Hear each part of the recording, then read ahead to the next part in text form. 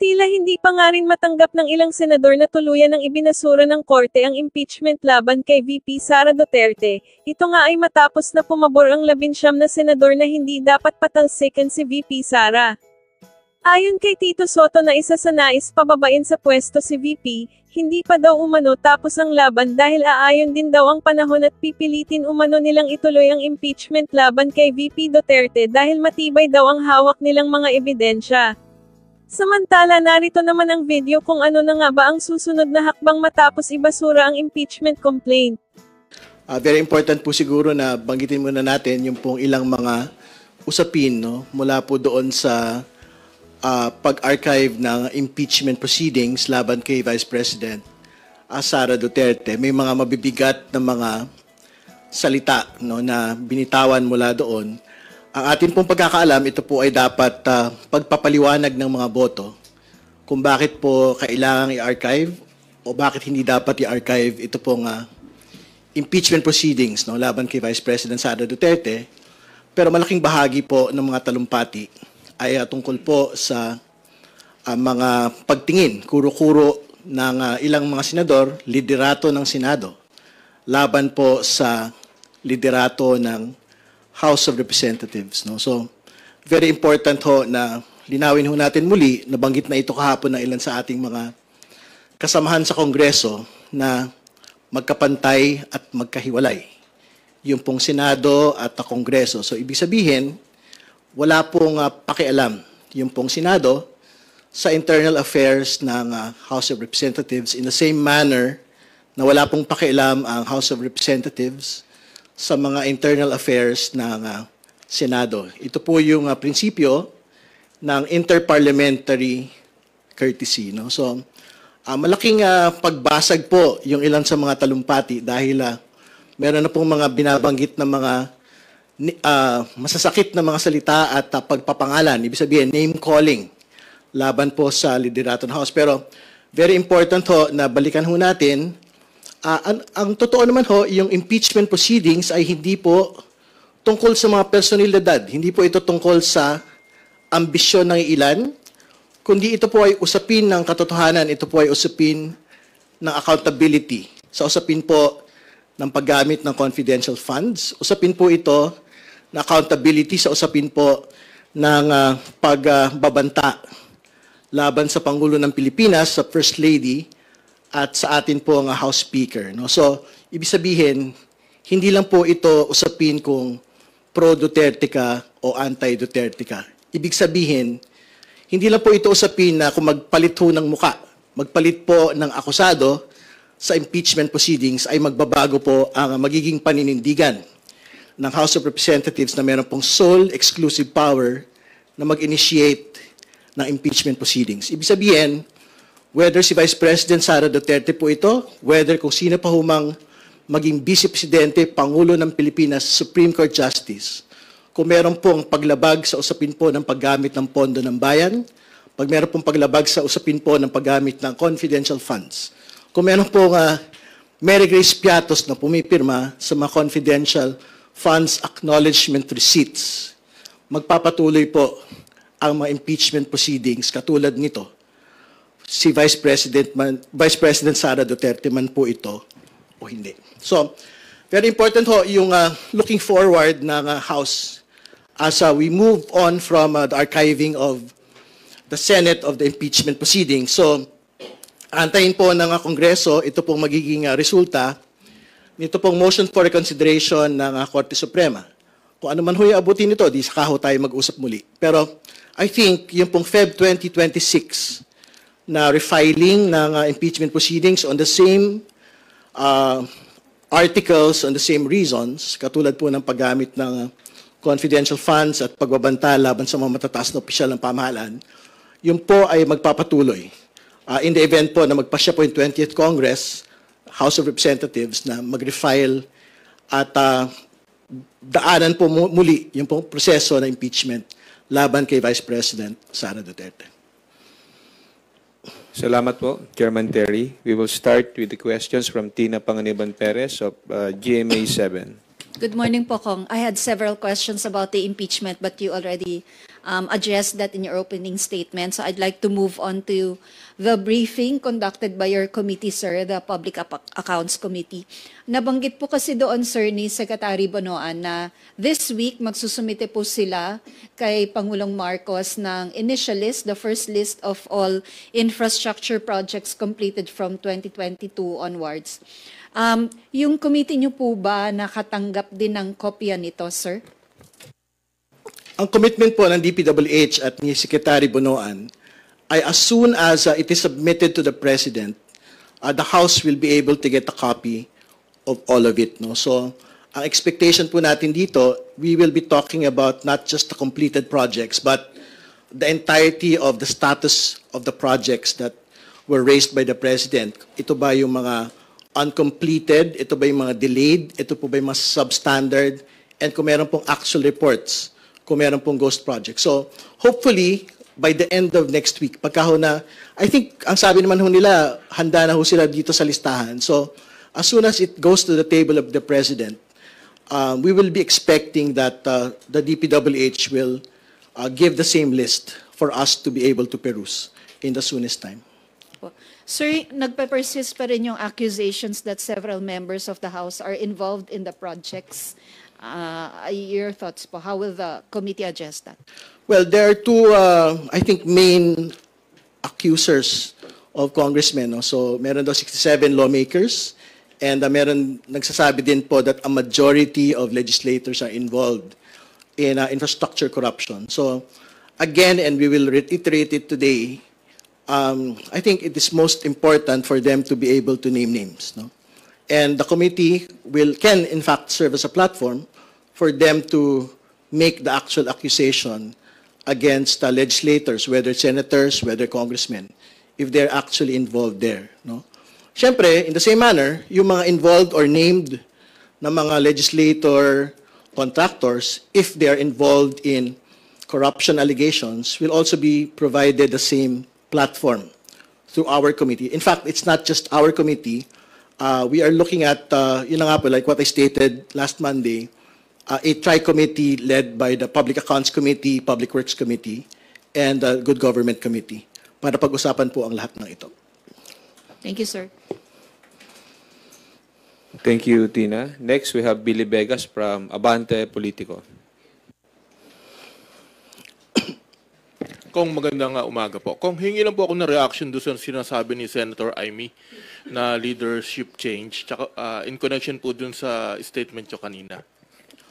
Well, sa dulot-dulo ho, ang magpapasya kung sino man ho yung magpapalit sa liderato po ng House of Representatives ay ang mga miyembro po ng Kongreso mismo. Hindi po mga senador, hindi anak ng Pangulo, hindi kapatid ng Pangulo ng Pilipinas. So, ibig sabihin, kung merong batayan para ho magkaroon ng palitan, mangyayari po ito batay sa pagpapasya ng mga miyembro po ng House of Representatives. Pero kailangan natin balikan po yung inabot pong mga tagumpay ng Kongreso nitong nagdaang mga panahon. Sa ilalim po ng kasalukuyang liderato, siyempre, marami pong mga landmark laws na naipasa. But most importantly, ito po yung Kongreso na talaga po nag-shepherd nito pong impeachment ni Vice President Sara Duterte. At up until the final moment, no, dito po sa usapin po ng archiving ng impeachment complaint, yung mismong liderato po, Speaker Martin Romualdez, ay naninindigan na walang pagkakamali, tuloy ang laban sa usapin po ng katotohanan at accountability sa usapin pong ito. Kung hingi lang po ako ng reaction doon sa sinabi po ni Presidente na magpapatawag daw siya ng stakeholders sa meeting para daw po makapag-create ng mas maayos na policy on online gambling. Well, very important po na mapag-usapan po at the level of the President, pero of course at the level of Congress and the Senate, meron po mga pinag-uusapan na pagbaban at strict regulation. Ang atin naman po binabanggit na nitong nakaraang buwan pa ho, very important na pag-aralan muna natin yung usapin po ng strict regulation kasi syempre yung pagbabalanse rin ho talaga ng revenues ay mahalaga po sa pagpapatakbo ng gobyerno. No? So, again, and I will reiterate it today, yung usapin ho ng decoupling ng mga payment platforms from the main payment platforms and dun sa mga online gambling applications. Tapos pangalawa, yung pagkakaroon po ng higher transaction fee, transaction limits, no? So ibig sabihin, imbis na 100 pesos, 200 pesos po yung minimum transaction amounts, dapat po at the very best 10,000, 20,000 to. Yung pong minimum transaction amounts, cash in, cash out, yung pinag-usapan po natin para mapigilan po yung ating mga ordinaryong mamamayan na imbis yung ginagamit po nila para sa kanila po nga pang-araw-araw na gastusin, ginagamit po sa pagsusugal, dapat po ginagamit po nila sa kanila pong pamilya, para sa gastusin po sa bahay, sa edukasyon at kalusugan po ng kanila pong pamilya at mga anak. Thank you, Billy. Let's now move to DWIC's Jelly Mendez.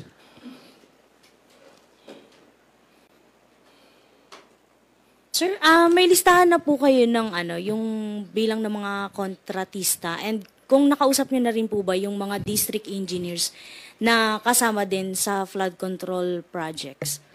Well, hinihingi po namin nung Lunes yung pong listahan ng pinakamalalaking kontratista ng flood control on a national level and on a regional level. No? So, yun ho kasi yung pwedeng paghalawan po nung kamusta po yung resulta ng kanila pong implementation. No? So, ibig sabihin, pagka ho nakakakopo sila ng mga malalaking mga kontrata on a national level and on a regional level, supposedly dapat maayos ho yung kanila pong pagpapatupad po nito. So kasama po yan doon sa mga hinihingi po natin na mga listahan po from the DPWH. Pero iba pa ho yung binabanggit na 67 lawmakers, contractors, no, ng mga ni Senator Ping Lacson at ng ilan pong mga nagsasalita sa usapin po na ito. I think it is they who should actually give the names, no, on whether or not they are confident na ito pong mga ito ay really involved as contractors, legislators. Yun yung una, number one yun. Pero pangalawa, and if they're actually involved in actual infrastructure corruption. Dalawang magkaibang bagay po kasi yun. Sir, sa pagdinig po, sabi nyo, hindi na kailangan yung resignation ni Secretary Bonoan. Hindi po ba magkakaroon ng problema na baka tolaran lang din ng iba if ever na mas nasangkot siya sa flood control projects? Hindi ba siya na baka tularan din ng ibang opisyal na okay lang naman na ganito? Kailangan natin maglinaw, hindi po resignation yung hinihingi ng kahit sino. Ang hinihingi po nila ay leave of absence. At tama po yung binanggit nyo, hindi ho natin hinihingi na mag-leave of absence si Secretary Bonoan. Ang batayan ho para humingi ng leave of absence, hindi naman ho yan whimsical eh. Kumbaga, kailangan muna actually, kahit po yung mga preventive suspension at the level of the ombudsman, meron ho mga rekisito bago ho tayo umabot towards that request or order eh. Ibig sabihin, merong prima facie case man lang na parang, pumirma ka ng isang dokumento na dapat hindi mo pinirmahan o hindi mo dapat inaprubahan. Yun, pwede ho tayong makahingi. Pero up until Monday, parang wala naman ho tayong ganoong nakikita. Pero kailangan natin maglinaw dahil yung usapin ho ng Kabagan Bridge sa Isabela, binanggit din po ito sa State of the Nation Address ng atin pong Pangulo. Meron pong mga pinangalanan ng mga opisyal ng DPWH doon po sa privilege speech ni Senator Jinggoy Estrada. I think merong ilang mga serious allegations po doon po sa una, incompetence ng mga matataas na opisyal. Pangalawa, parang pakikialam ng mga matataas na opisyal. Baka yun po yung pwedeng pag-aralan ni Secretary Bonoan or pag-aralan po ng Ombudsman kung meron pong actual administrative proceedings, preventive administrative proceedings na pwede na pong gawin doon. Kasi parang ang allegation doon, despite some form of incompetence relating to the project, parang na-promote pa ho yung ilan sa mga official po na yun. So, I think yun po, it's a particular case na pwede hong merong preventive suspension, merong administrative proceedings, preventive administrative proceedings na pwede pong gawin laban po sa kanila.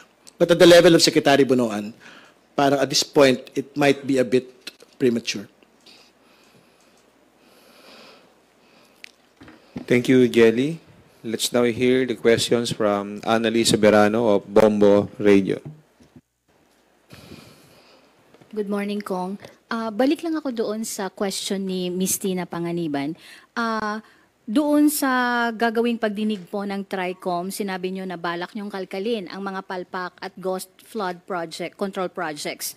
At may ibinunyag din si Senator Lacson na 67 congressman na mga contractors din. So, ibig sabihin ba nito, asahan natin sa pagdinig ng TRICOM, kakalkalin din ninyo itong mga pangalan ng mga legislator contractors na behind po sa mga palpak at ghost flood control projects? I think yun po yung logical na proseso nito pong pagsisiyasat. So, ibig sabihin, kung lumabas po yung pangalan nila sa mga substandard, sa mga ghost projects po na flood control, edi yun po yung aabutin ng investigasyon. Doon po sa blog ng atin pong Pangulo, ang sabi niya, wala naman hong sisinuhin. So, dapat wala din sinuhin yung pong Kongreso sa kanya pong pag-iimbestiga. Hindi ba?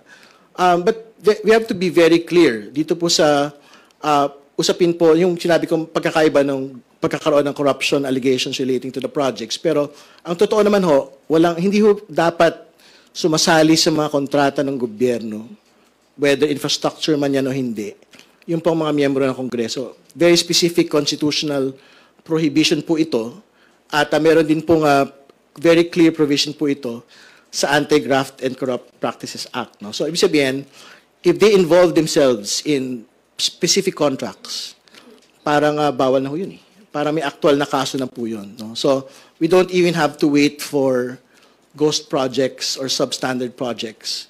Pagka if they dip their hands into the cookie jar by getting actual contracts, it's a real problem for them actually. So, asahan din natin, Kong, na itong mga names ng mga legislator contractors ay maisawalat din during the... I think so. Pero, syempre, the burden of accusation is not on Congress and not on the committee. The burden of showing, the burden of disclosure is on the persons accusing. So, there are two personalities who are doing it, Senator Lacson and Mayor Magalong. So, if Congress will be the venue for it, then it will be the venue for it. Pero syempre, in the same manner, because due process demands it, pagka na pangalanan yung mga legislature, kung sino mang personalidad po dyan, they will have to be able to defend themselves, subject themselves to scrutiny in the committee hearings also.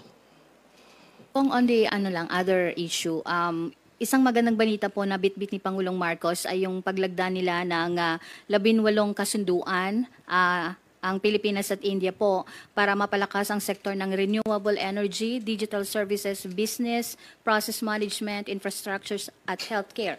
Ano po yung magiging impact nito sa atin, yung magandang balita na bitbit ni Pangulo? Well, syempre, lahat naman po ng mga bilateral relations, whether India man yan, Estados Unidos man yan, European Union man yan, basta makapag-ambag po ito sa economic growth ng ating bansa, makalikha ng trabaho, makapagtaas ng bilang ng mga turista sa Pilipinas, at buuin po yung entire economic cycle po ng growth. Dapat i-welcome po natin ito. Pero syempre, may kontrata, pero ibang bagay pa ho yung actual delivery of these things. So yan po yung pinaka-importante kasi syempre, okay naman na may mga memorandum of understanding, memorandum of agreement, pero we would like to see actual, more jobs, more Indian tourists going here, more, facilities, BPO facilities being built in the country as a result of the visit. Kasi dyan ho natin masusuka talaga kung talagang successful o hindi yung pong state visit.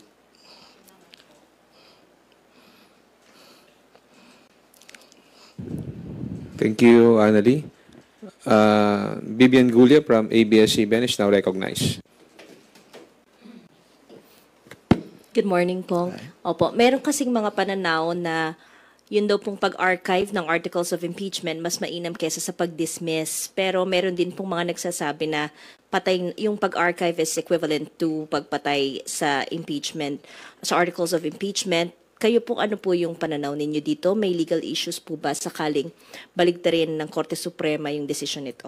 Alam po ninyo, if you genuinely fight for truth and accountability, parang you cannot afford to be cynical about proceedings. Di ba? So, we are hopeful and we are thankful that, it's unfortunate that it got archived, but we're also thankful that they did not dismiss it. Kasi nga, like what they stated, yung archiving is not exactly killing the entire thing. No? So, in the event that the MR is reconsidered, yun ho yung magiging basis for the Senate to unarchive it.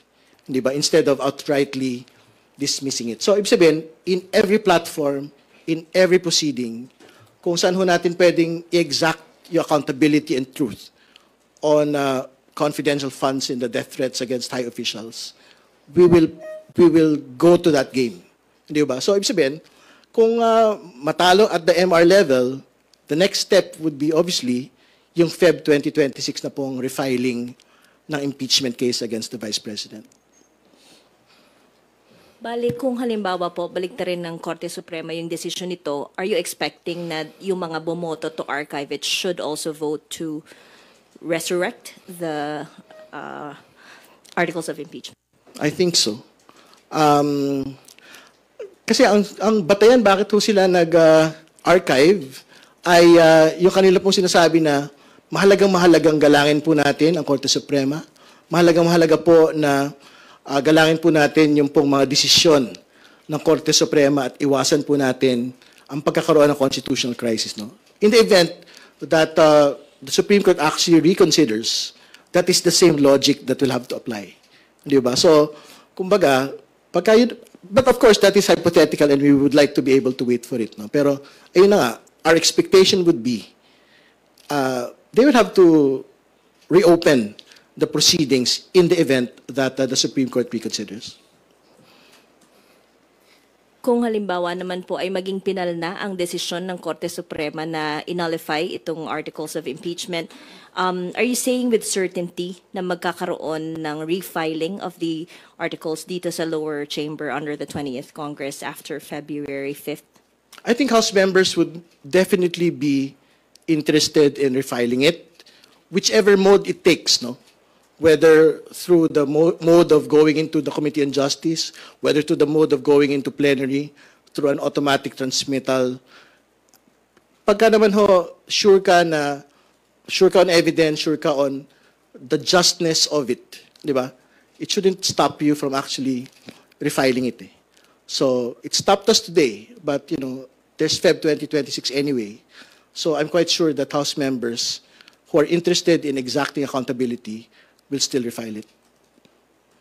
Pero sa pagtingin po ba ninyo, mas parang better, which route is better, the Committee on Justice or given the new requirements given by the Supreme Court, how would you assess alin ng better route po? I mean, it's at this point, it's a matter of tactics. No? We just have to agree on, is it a just thing to do?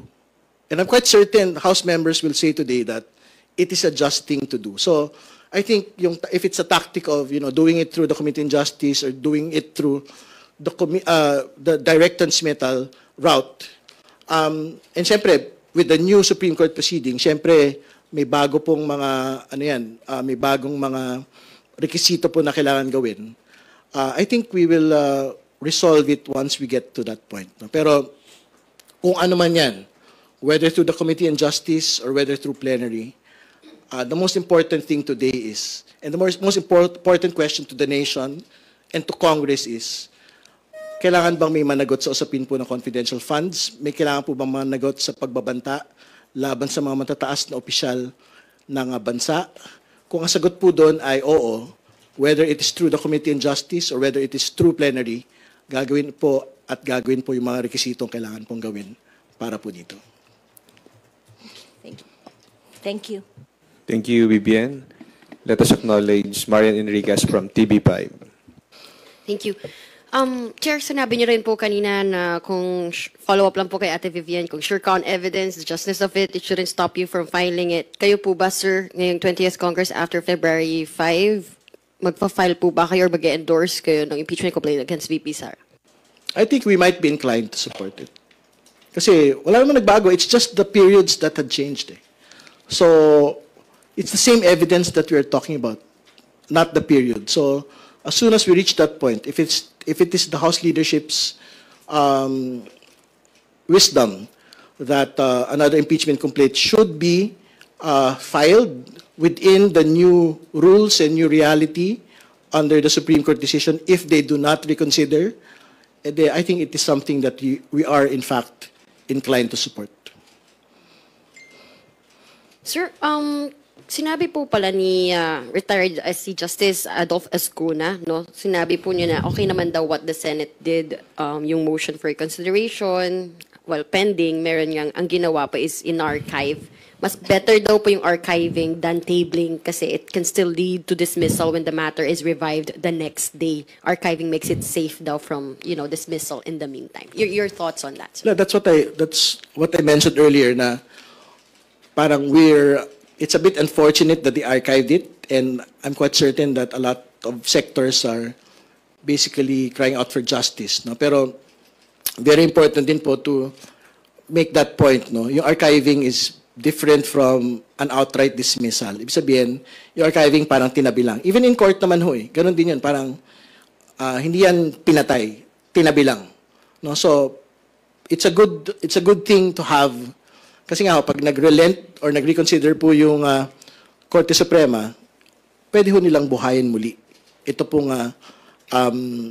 impeachment proceedings laban kay Vice President Sara Duterte. Yung yung unang motion kasi po ni Senator Tito Soto is to table po muna yung pag daw pala tinable lang, pwede siyang buhayin the next day, tapos pwede nilang naman ulit nilang ipagbotohan to dismiss. So parang better daw kung i-archive na lang talaga muna. Hindi, I don't wanna talk about the tabling anymore kasi parang parliamentary rules lang naman yun eh. And basically talo na yun eh. Pero yung actual status kasi is archiving versus dismissal. No? So, I'd rather have an archive than a dismissal. Kasi yung dismissal, parang kill na yun eh. Yung archive, parang diyan ka lang. Mag-antay tayo onte.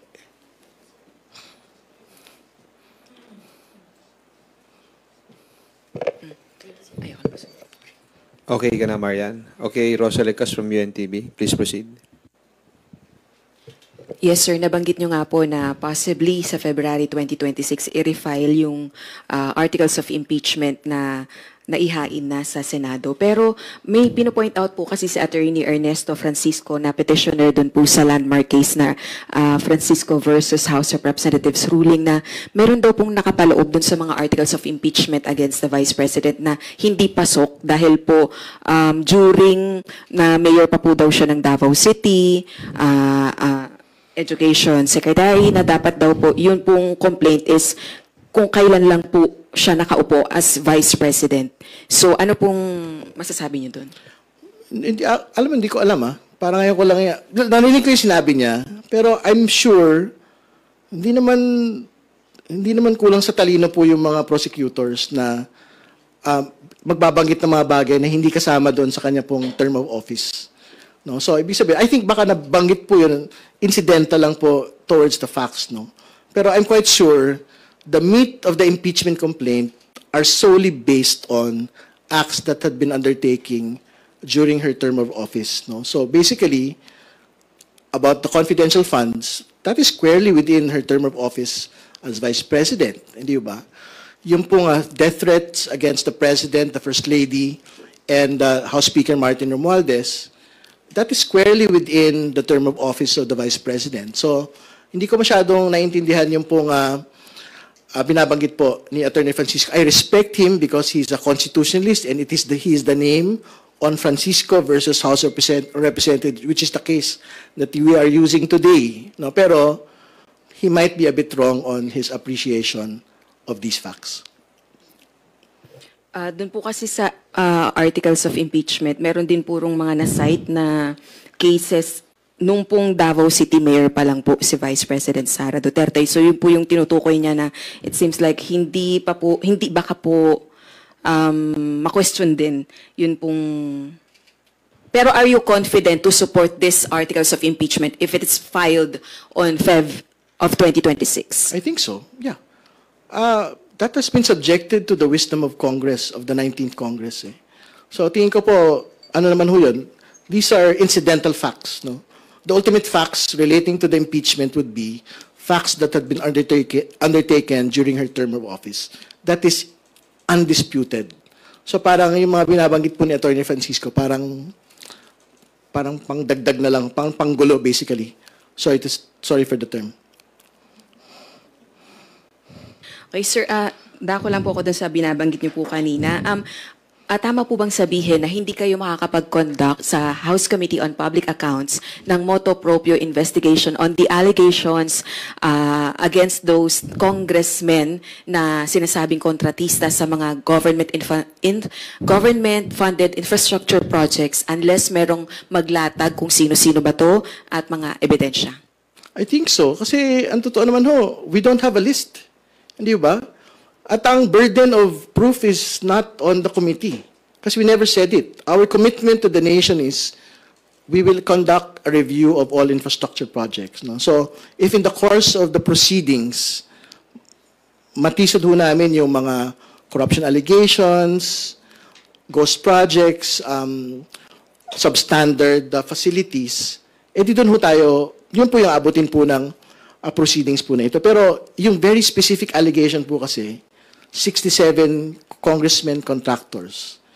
Hindi naman sa amin yan galing eh. It came from somewhere else. No? So, unless and until there are names that are mentioned as to who these people are, parang it might be a bit premature to conduct proceedings relating to it. Ito, natanong din po ito kay spokesperson Attorney Abante na kung sakali man nga po na may mag-lay po sa inyo na may magsabi ng mga pangalan at may magpadala ng mga ebidensya, sa tingin nyo po magiging credible yung investigation kung kayo po mismo ang magko-conduct sa mga kasamahan nyo po na allegedly ay mga kontratista? Tingin ko naman po, kasi syempre, the platform will be given to the one accusing and the one accused. No? So, ibig sabihin, magsagutan sila within the tri-committee. Di ba? Doon naman ho, kasi it will be subject to scrutiny of House members na kung totoo ba yung allegation na yan. Nagsabi ka ng depensa mo, totoo ba yung depensa mo na yan? Kasi, pag maglalatagan ho ng dokumento rin eh. Meron kang pirma dito. Ba't ka pumirma dito? Congressman ka. Di ba? So, like what I stated, the commitment is, kung yan ho yung abutin, mapangalanan sila at mapatunayan na talagang sangkot po sila ron, wala ho tayong sisinuhin dito. Magpapadala na po ba kayo ng... nabuo na po ba yung committee ninyo?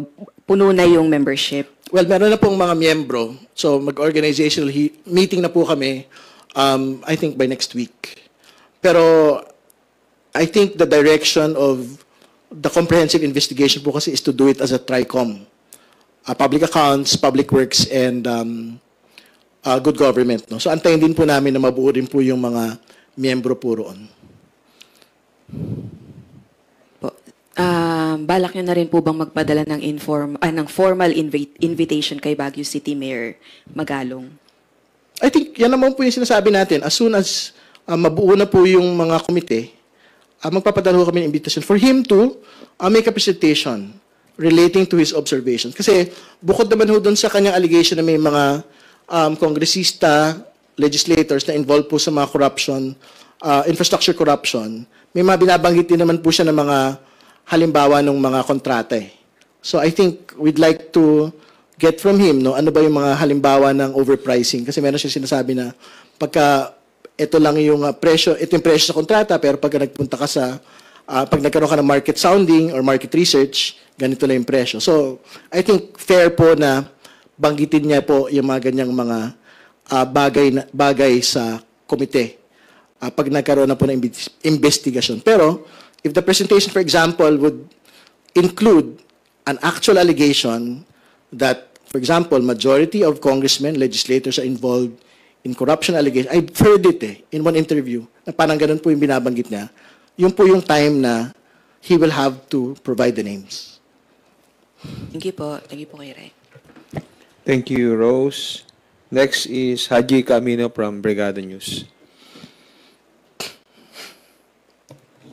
Good morning po, Conteri. Yung just this week, na kung di ako nakakamali, yung sa plenary ay na-adapt na nga rin po yung resolution na para mag-convene po ulit yung Quad Committee. Nakapag-organize na po ba? Nakapag-meet na po ba kayo, Kongs, with the leaders of the other three committees? Hindi pa, kasi kailangan po munang mag-organizational meeting yung kanya-kanyang mga komite. So, ibig sabihin, as soon as yung public accounts, human rights, public order and safety, dangerous drugs, magkaroon na po ng kanilang mga organizational meeting, doon na po pwedeng mag-usap yung pong quad at makapag-convene na po ng proceedings. Pero kung kayo po ang tatanungin kong, kasi nabanggit na po yung mga issues na pwedeng investigahan no, sa Quad Committee. Ano po yung preferred ninyo na unahin, kumbaga, na siya sa atin ng Quadcom? Dalawang bagay naman po yung paulit-ulit kung binabanggit sa usapin po ng Quadcom. Una, yung estado po ng mga POGO sa Pilipinas, talaga ba naipasara na sila? Meron pa bang natitira? Pangalawa, yung po mga POGO personalities na hinahanap pa rin ho ng Quadcom. One, kumusta na ho sila? So kasama dyan yung estado po ni dating President spokesperson Harry Roque, kasi I'm sure meron po siyang standing warrant of arrest ngayon. No? So gusto nating malaman, for example, from the Department of Justice and from the Department of Foreign Affairs, kasi may mga binabanggit sila noong nakaraan that they will be undertaking proceedings para pauwiin po si Attorney Roque. Pangalawa, that I think they will cancel his passport, no?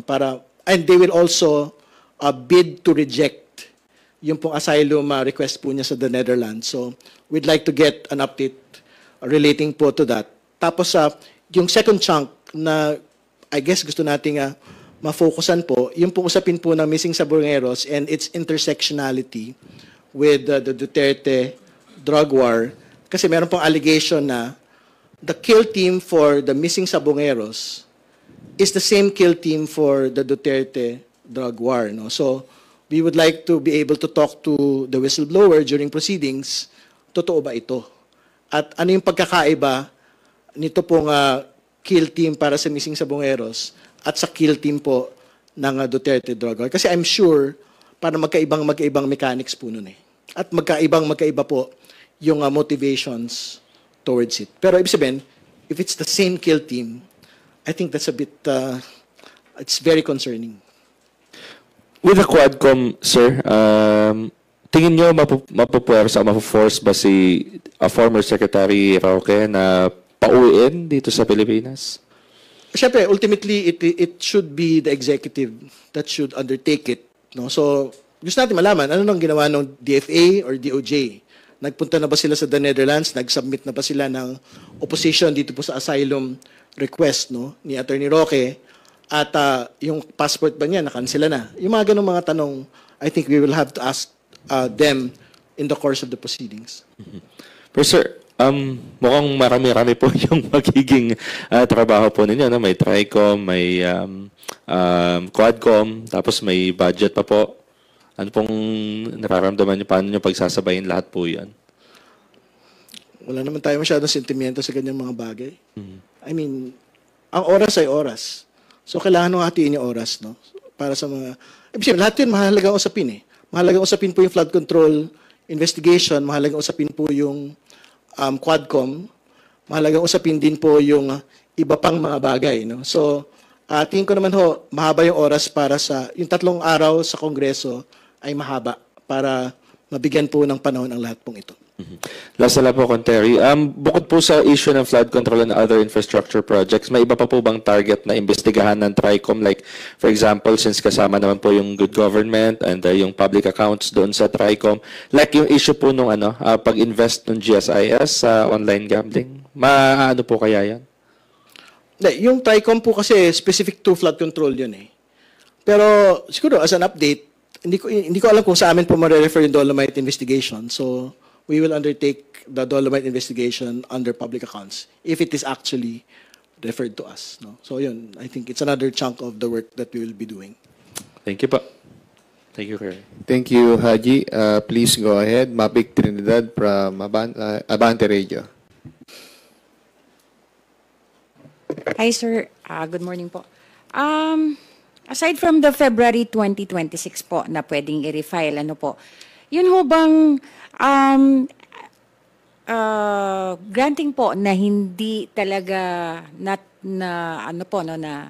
nasunod yung MR po ng House, meron ho bang immediate solution kung aantayin, aside from aantayin pa ho yung February 2026, ang Kamara na pwede hong gawin para ma-push through po talaga yung impeachment?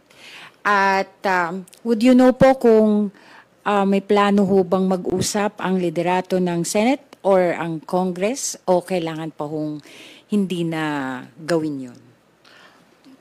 Well, on the impeachment articles, confidential funds and the death threats against high officials, I think we will have to wait for Feb to refile that. Kasi what are we going to do? Do another proceedings at the level of good government and whichever committee? Parang tapos na ho tayo dun eh. Umabot na tayo impeachment eh. Di ba?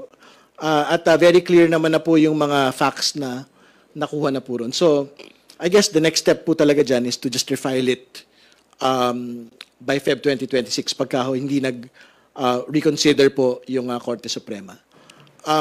Kailangan ba mag-usap yung Senado at Kongreso? Sa ibang mausipin, pwede ho. Kailangan nila mag-usap sa budget at sa iba pang mga bagay. Pero I don't think there is a reason for them to speak on impeachment. No? Kasi may kanya-kanya naman po talagang kapangyarihan eh. Congress has the power to initiate. Senate has the power to try and decide. No? So I don't think there is an intersectionality there. Kanya-kanya po nga exclusive sole power po yan under the 1987 Constitution. Thank you, sir. Thank you, Mabik. Red Mendoza from Manila Times. Good afternoon po, Kong. Kong, ito muna, may nangyaring school shooting sa Nueva Ecija, isang injured, yung mismong shooter din ay sadly nagbaril din, but they are both injured. Ano pong reaction niyo po dito sa school shooting na to? Kasi parang medyo dumadalas po yata yung mga violence sa loob ng mga ating mga paaralan po, Kong. Well, syempre, nakikiramay po tayo doon sa mga biktima. No? In fact, kahit ata naman yung nagbaril, di ko alam, I don't know the ages actually. Isa po, 15 years old yung biktima, yung suspect po is 18 years old. Okay. I mean, basically, bata pa talaga itong mga involved po dito sa bagay po na ito. Pero syempre, I guess at the level of the schools, yung pong security, kailangan mo talagang pag-igihan pa, hindi ba? And I'm quite sure, medyo lax, no? Yung security sa mga eskwelahan. So, kasi, ba't nakapasok yung baril, no? So, baka kailangan pong pag-aralan ng DepEd, yung pong beefing up ng mga security measures. Kung actually ba, kailangan ba talaga ng mga, yung, ano tawag dito, yung nag-check kung may metal detector, no? Guards. Sa mga, sa mga ganyan pong mga kalagayan. Kung about doon sa impeachment, kasi I've been scouring social media over the past few days and when merong na-mention po na quote si Atty. Dino De Leon, they're saying na the reason why they're pushing the impeachment is because they want to stop a Duterte in 2028. Di ba, well, you said nga po kanina na this is not about the Duterte, this is not about any personality, pero some people are saying that this is about Duterte. This is about 2028. This is about her possible run. And she is because siya yung pinakamalakas.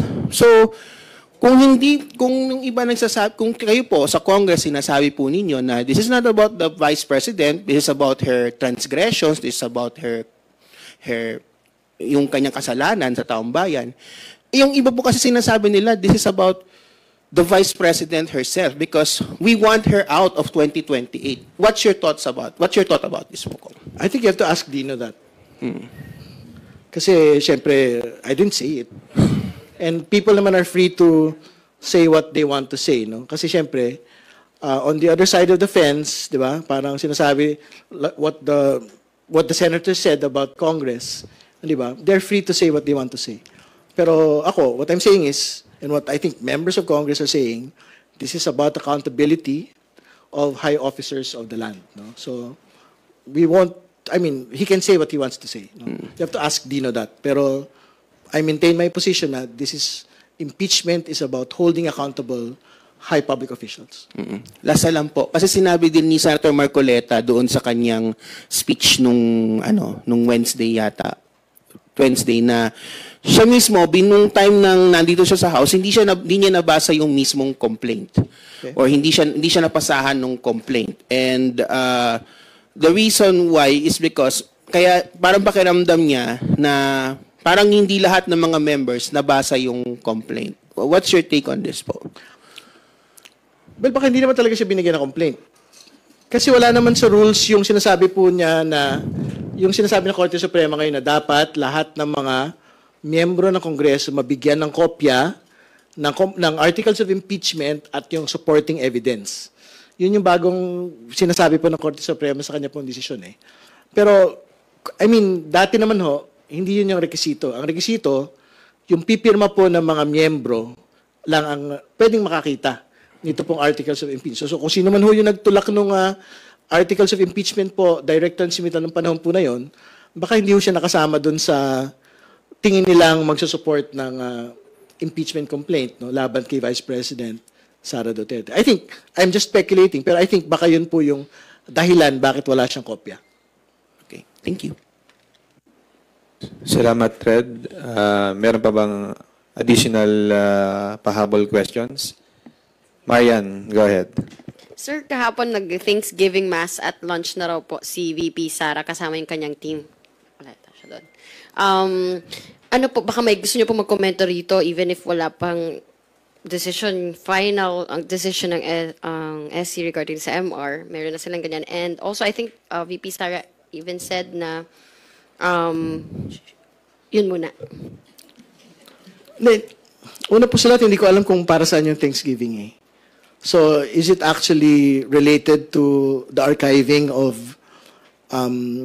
the impeachment complaint? I don't know for a fact. Unless sinabi po nila yon na yun po yung dahilan ba't sila merong Thanksgiving. No? So, I don't want to speculate as to the motivations of the dinner. No? Unless sinabi nila. Hindi ko alam eh. So, yun lang. I think we can leave it at that.